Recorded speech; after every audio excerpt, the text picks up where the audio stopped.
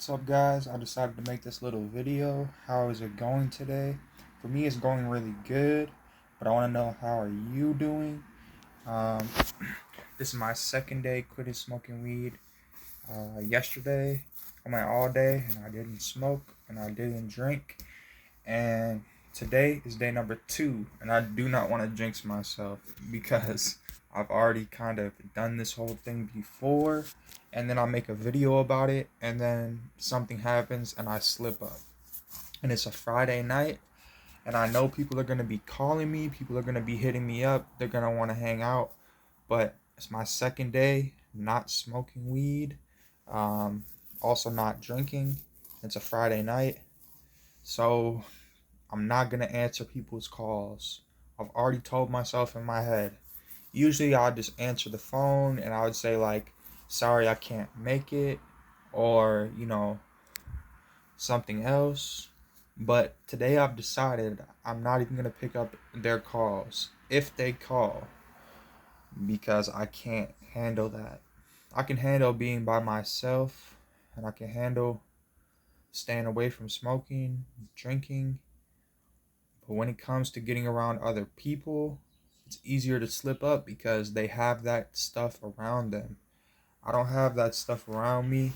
I ran out of weed and I decided I'm not going to buy any more. I'm done. I have bills to pay, I have things to do, but I'm not complaining. That's just a part of life. But I'm just acknowledging I have, you know, financial things I need to take care of. So there's no reason to be smoking weed. Um, Smoking weed is something that the first time you do it, you smoke and you're high all day.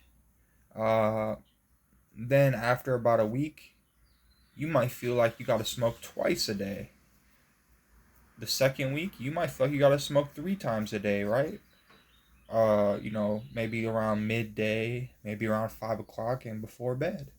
On that third week, you might feel like you gotta smoke 4 times a day. You gotta smoke after breakfast, you gotta smoke after lunch, you gotta smoke after dinner, and you gotta smoke before bed. Week 4, week 5, you might start feeling like you gotta wake up and smoke all day. Once you start smoking for like a year, 2 years, you're gonna be smoking grams of weed a day. It's gonna be ruining your financial situation. It's gonna be ruining your relationships. And I'm not telling this to you to stress you out. I'm just putting this information out there for people to acknowledge, understand, and like a preventive measure. It's a preventive measure, because the first time you smoke, you might not realize how expensive it's gonna cost. But the more you smoke, the more desensitized you are to it. So you'll have to smoke more. You'll have to smoke more often, and you'll feel worse than when you first started. And honestly, it's not that good when you first start either. When you first start, you feel very anxious. You feel very paranoid. You don't know what's happening because it's not something that's supposed to be inside of us, guys. We're not supposed to be smoking weed. We're not supposed to be drinking alcohol. It's not something that is here for us, guys. It's not for us. All right, I don't care what the media says. I don't care what the internet says. I don't care what the documentary says. I create my own rules. I create my own life. I create my own experience and I create my own opinion. So I'm sick of people pushing something on the masses. We should decide for ourselves. You got people that never even smoked weed and they're screaming pro weed, end the weed prohibition. If you've never even done something, why are you trying to legalize it? Anyways, you get what I'm trying to say? If you don't know about something, then why are you so pro this? It's because of the media. It's because of other people's opinions being pushed onto us. But we are supposed to create our own opinions. We're not supposed to be submitting to anyone. And that's the number one problem I have with weed, is it makes you soft, it makes you weak, and it makes you submit to other people. Honestly, smoking weed, it takes away that effect that you have as a man or as a woman. But personally, I'm speaking as a man, and smoking weed makes me want to sit around, lay around. It makes me want to, you know, instead of sticking up for myself or saying how I feel, I'll just sort of just sit there and listen to other people, just slump over, just listen to what they're saying. If I do say something, it probably doesn't make sense. It probably doesn't even, it's probably not even on par with the conversation. Smoking weed will have you turning into, if you're a male, it'll have you turning into a female. If you smoke weed and you're a female, it'll have you turning into a male. It's not right, guys. It's not something, and we don't even know where it's coming from. I'll be honest, I'm living in a state where smoking weed is illegal, and we don't even know where it's coming from. We don't know what's being sprayed on it. We don't know the chemicals that are being used. We don't know the PGRs that are being used. PGRs are basically something that's like steroids for a plant. So,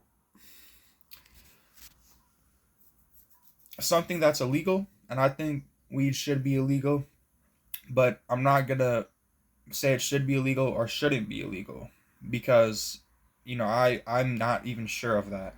But I know personally I am done smoking weed.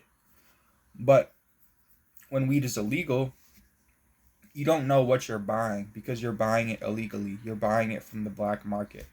And that's the number one problem I have with the weed today. Because, like I said, I don't like smoking weed. It's ruined my life. But number two is we don't know what's in the weed. When you buy weed on the black market, when you buy weed on the street, or when you buy weed from somebody who's like a personal connect, but it's not a legal transaction, you are getting all spectrums of weed. So you're getting stuff that you've probably gotten stuff that's been sprayed. You've probably gotten stuff that's had the crystals, the THC crystals. You probably had weed that's already been drained out of it and just made to look good. It's not what it seems, guys. It's not what it is, and it's not what the weed was like 100 years ago, guys. This is brand new weed. This is coming along the terms of a more harder drug. All right, and I would say compared to any of the other drugs out there, I would say smoking weed will be better. I'm still not saying to do any other drugs. Okay? Even cigarettes, alcohol, right? Leave that stuff alone. But leave weed alone too. Weed is also a drug. Weed can be lumped in with these categories. I'm not saying do any drugs, any alcohol, any cigarettes, right? But what I am saying is weed is also a drug. Guys, I can feel it when I'm not smoking anymore. I don't feel right. And it's not in like a panic kind of way. It's not in like I can't do this kind of way. It's more so in a way that's like I need something that I don't have.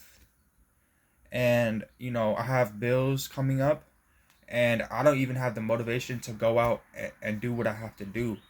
Of course I'm going to go to my job later. I'm going to show up where I have to show up. Everything's going to be okay. But I don't have the energy to go out and do what I normally do. The things that I'm normally doing. I do have a lot of energy in the sense that I'm not smoking, so I'm not dulling myself. My levels are peaking because I've been making a good choice. But also, it's like, it's the motivation that weed will kill. And that's why I'm making this video for you guys, because motivation is the number one thing that will lead to success. And knowing you guys probably had a lot of motivation. A lot of things motivated you. A lot of things made you think, I need to do what I need to do. I need to become better. I need to become stronger. I need to improve my situation. Whether that's a financial situation, whether that's, an emotional situation, whether that's, whatever situation that you want to improve, it comes from motivation. And that is the thing that weed kills. Weed will kill your motivation. It will kill your motivation. You're not going to notice it right away, but weed will kill your motivation. And our motivation is who we are. Look at certain people out there, okay? I don't want to name drop too many people, because then that's going to lead into some kind of opinions, or, oh, this person doesn't like that person doesn't like this person. But think about who think about somebody that you have, looked up to. It could be a person in your life, it could be a parent, it could be a sibling, it could be a step parent, it could be a teacher, it could be anybody you've looked up to, right? It doesn't have to be family. All right, anybody. These days, kids are even looking up to celebrities now, people they don't even know. Kids are looking up to people they have never met, but it's okay. Moving forward, whoever you have looked up to, all right, whoever you looked up to, right? You probably looked up to them because they were a motivated individual. Do you look up to somebody who just sits on the couch and is just lazy and just eats Doritos all day? How do you look up to them? Maybe if you want to be like them, then you look up to them. Or maybe if that's your goal, then they're very motivated at sitting on the couch and eating Doritos, right? But the person you look up to more than likely was motivated, and more motivated than you were. That's why you looked up to them. Like for me personally, let me share somebody that I'm motivated by. Kanye West.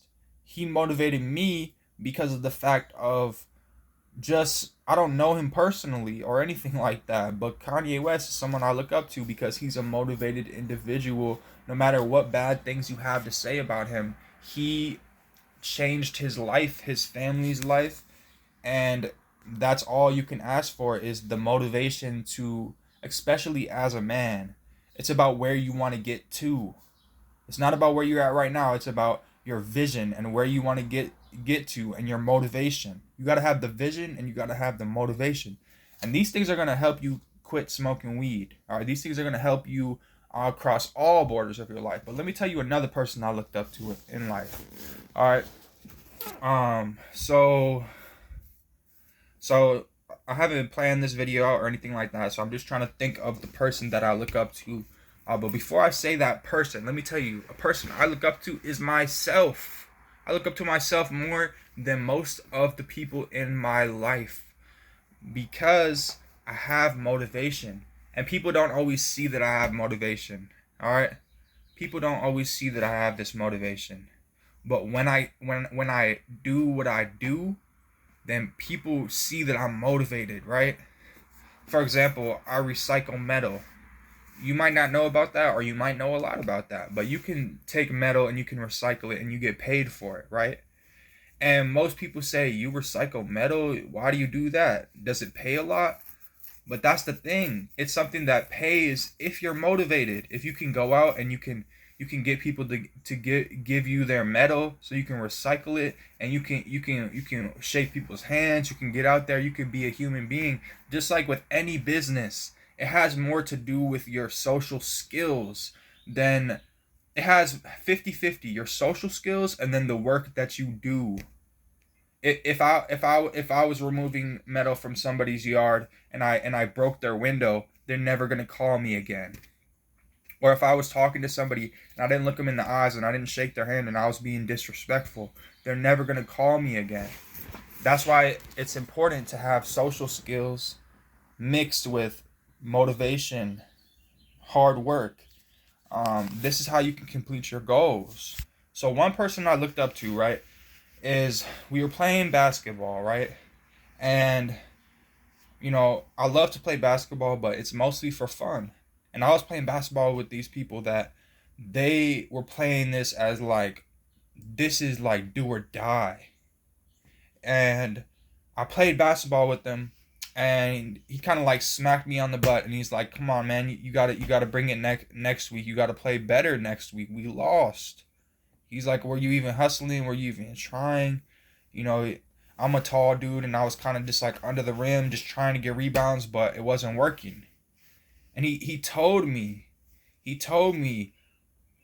like, that's not what it's about. You got to make something happen. You got to create something. You can't just run through the motions. And it's true about life. And he was speaking about the game of basketball, but it's true about life that you have to do something different to stand out or to do something different. If you don't want to be the same as everybody, you got to stand out and you got to do something different. And you can't just run through the motions in life. There's a reason that you have parents, or you have, people that are around you. And if you're just alone on an island and it's just you, I'm not sure how you're watching this video right now, right? So maybe you don't have parents, right? But you have people hopefully in your community that you can at least look to, at least watch them, right? You can at least watch them, right? But that's the thing. When you grow up, you realize the same people you're looking up to, you don't want to be like them. You want to be your own person that other people can look up to. You want to be different. So when you're little, you look up to people and you want to be like them. But once you grow up past a certain stage, you say, I don't want to be like them anymore. I want to be like me. I want to be myself. And that's where you need to be hardworking. You need to look people in the eyes. You need to be social with them. At least have good social etiquette, or just know the right things to say. You don't have to connect with people. You don't have to always, personally, you don't have to connect with people. You don't have to always be there for them, emotionally support them.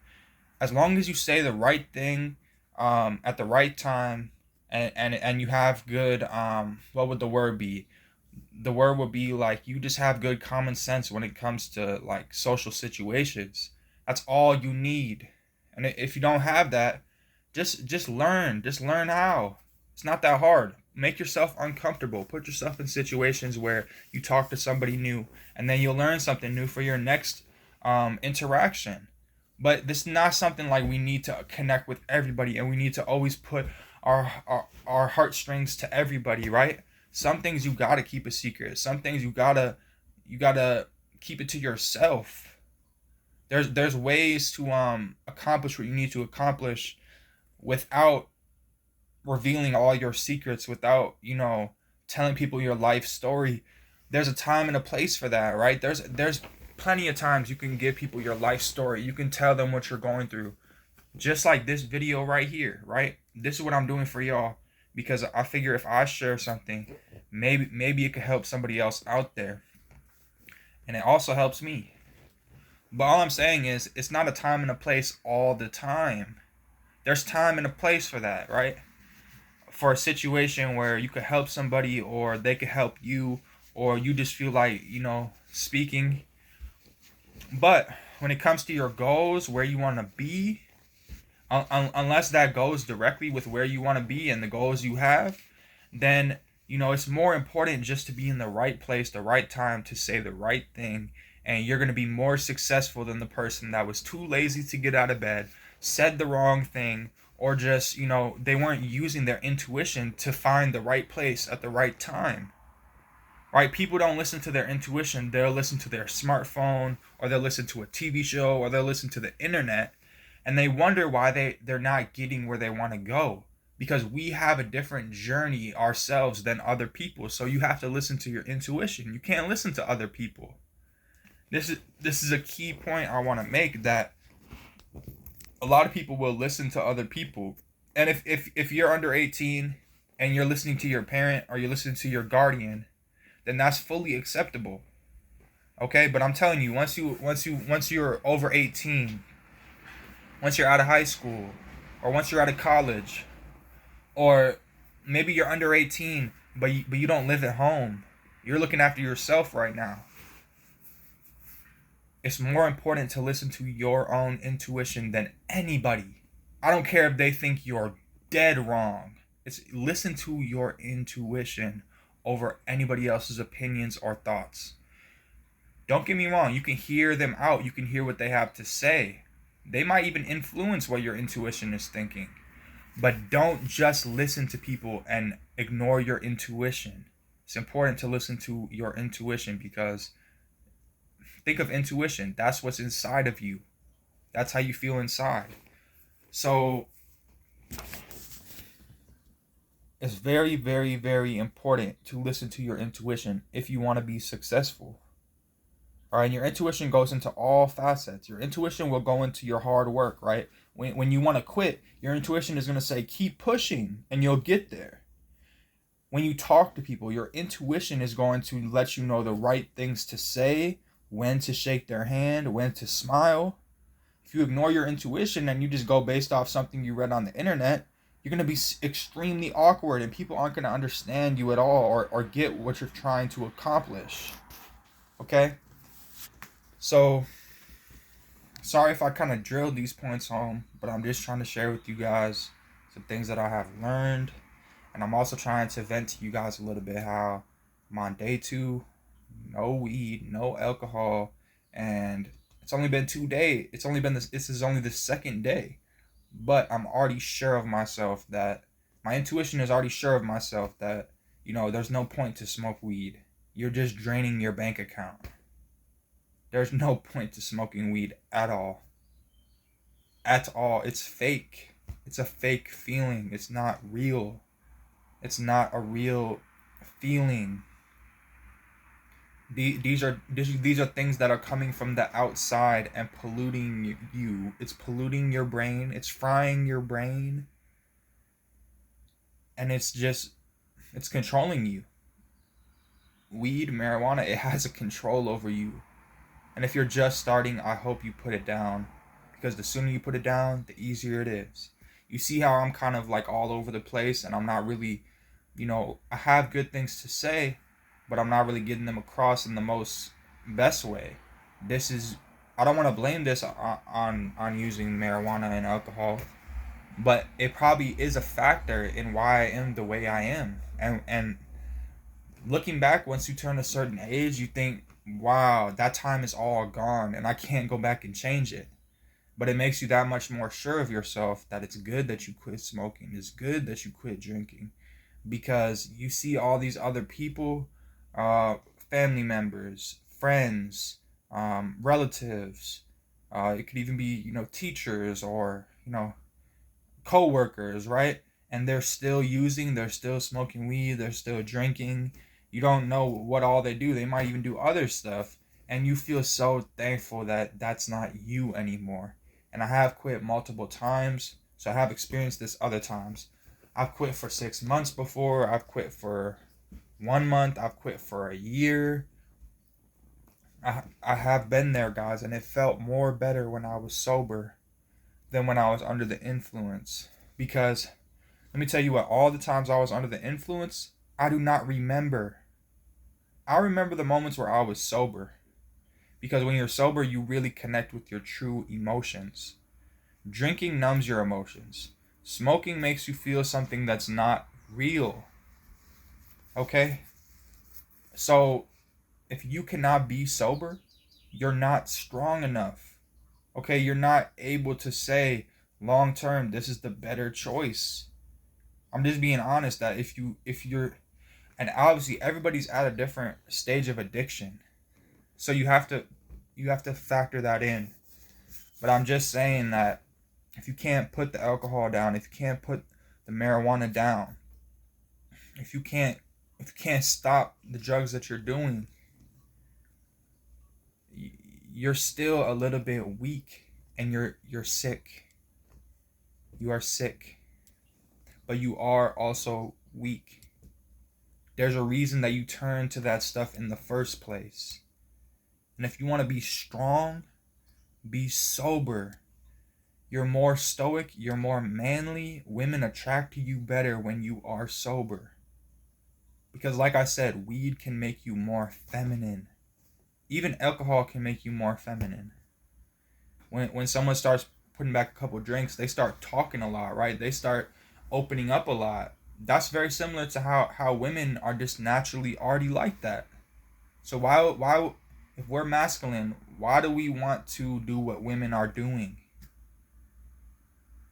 That's why a lot of people just fall into substance abuse. And the substance abuse also causes a lot of problems for them.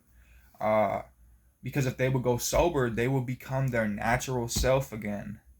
But people use drugs and then they wonder why their life is messed up and they wonder why they're not going the way they want to go. They want to be here, but they're all the way over here and they're not in the right direction and they complain about it. And I've grown up with people like this in my life that will complain all night and not do a single thing to change it. And it makes me want to cry, but I've already cried too much about that very subject. So I am stoic. I am strong. And when you quit smoking weed and you quit drinking or you quit doing drugs, you are going to break down. You are going to cry. You're going to have moments of emotion. But take that as a good thing. That's a sign of recovery. That's a sign of recovery, right? Because before you probably coped by lighting something up or by drinking something, but now you're coping with your real emotions. You are crying. That's a coping mechanism. And let me tell you a story about growing up, guys. Growing up, I cried when I was a little baby and stuff. You know, when you're little, you cry. A year old, 2 years old. By the time I was like 4, no one had seen me cry until I was like 16 or 17. And this might be similar to your very situation. This is probably similar to a lot of people's situations, right? So I didn't cry until I was like 16. Besides just being like when you're like under the age of 1 and you're like, I'm hungry, I have to go to the bathroom, right? Like you cry to communicate when you're a baby. But when you get older, you realize crying isn't a good form of communication. At least that's what you're taught, right? So when I was 16, I finally cried, but not like I was hungry or thirsty. No, I just cried as like the things I was feeling. And after I cried, I felt better. And I am able to cry now. And that's a coping mechanism. So maybe you never learned how to cope with your emotions. Maybe you still haven't learned that. So instead of doing something to numb your emotions, you should learn to cope with them. And we can naturally cope by crying. So if you're going through a hard situation emotionally, I suggest you spend some time alone. If you can't be alone at home, go for a walk. Go find somewhere where you could just spend some time alone. All right, or do your best at least. Do your best to just go on a walk and just, at least when you're walking and you're walking, like, then you're kind of in your own thoughts. Even if other people are around, right? You're in your own thoughts. It's like the pace that you're going helps your thoughts. I used to pace in a circle just to get through my emotions. So I have been learning to cope with my emotions. And a lot of you probably think cope with your emotions, that's like soft. But that's, to me, it's more soft to use a substance, to drink, to smoke. That's more soft because you're not even dealing with yourself. You're putting something else inside of you that's just gonna make you think, oh, I'm okay, but then the next day you're not okay. So you need to deal with what's going on. You need to cry. You need to get alone, because until I was 16, I didn't cry because I don't know why I didn't cry, but I didn't want people to see me cry. And I am remembering a situation where, well, I think it was when I was 16. I might have been a little younger, but I just broke down in the middle of the night. And I remember my siblings were in the room. I think I was 14.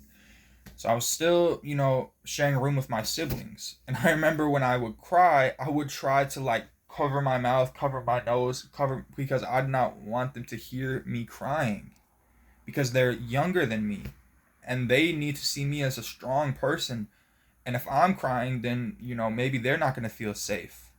But growing up, getting older, spending time alone, I've realized that it's important to cry. It's important to handle what you're going through instead of just numbing it all away. Because one day you're going to run out. One day there's not going to be that. Or one day you're just going to kind of like sacrifice your who you are. You could die because of these very things. Or at least you could really hurt your body and just hurt yourself.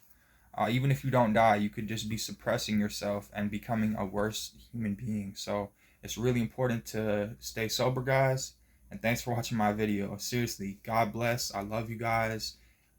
Like, comment, and subscribe.